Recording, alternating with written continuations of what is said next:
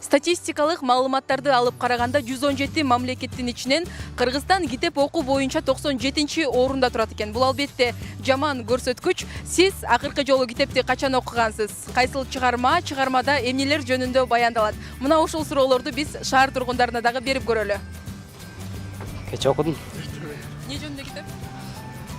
Бар деле кетти. Конституцияны окудум, өздүк спецтеп юрфак. Ичинде эмне жөнүндө баяндалат экен? Статьяларды окудум. Ошол эле. А чыгармалардачы? Чыгарма окуй элекмин, көп болуп калды. Дайым эле окуйм.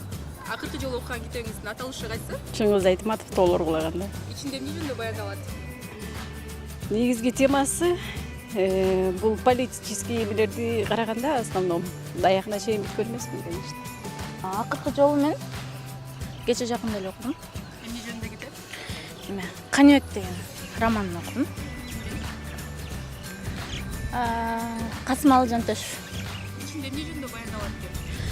Канебектин төрөлгөндөн кийин кандай адам болгонуна чейин өмүр таржымалдар. Акыркы жолу кечинде эле окудум. Эмне жөнүндө китеп? Предмет китептерди. Английский, русский. Чыгармаларды Чыгармада мектепте окуп жүргөн кезде окугам.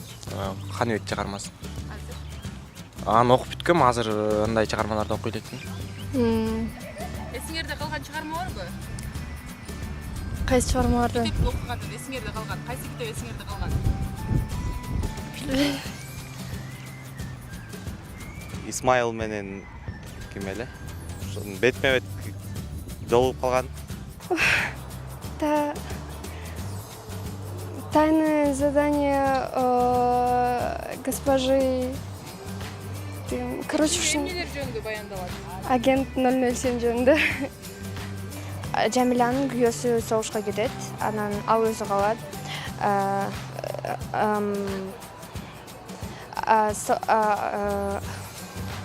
Анан Чыңгыз Айтматов Чыңгыз Айтматов канчанчы жыл төрөлгөн? канчанчы жыл төрөлгөн?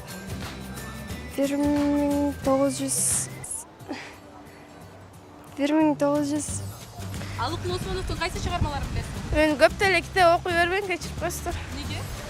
Эми аракет кылып атам ошо окуганга, китептер чогултуп. Эрте келген турналар, Эмне жөнүндө баяндалат ичинде? эмне жөндө, сүйүү жөндө, жашоо жөндө. Кимдин? Эрте келген турналар унутуп койдум уже. Унутуп койдум кимдин сүйүүсү жөндө. Чыңгыз Айтматов кайсы жылы төрөлгөн билесиңерби? 1960 жок. Чыңгыз Айтматовдун кыяматы, кызыл жолук жалжалым, эрте келген турналар,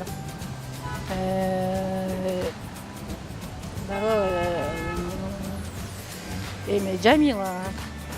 Көп деле эмес, бар эми Кудайга шүгүр эле. Мисалы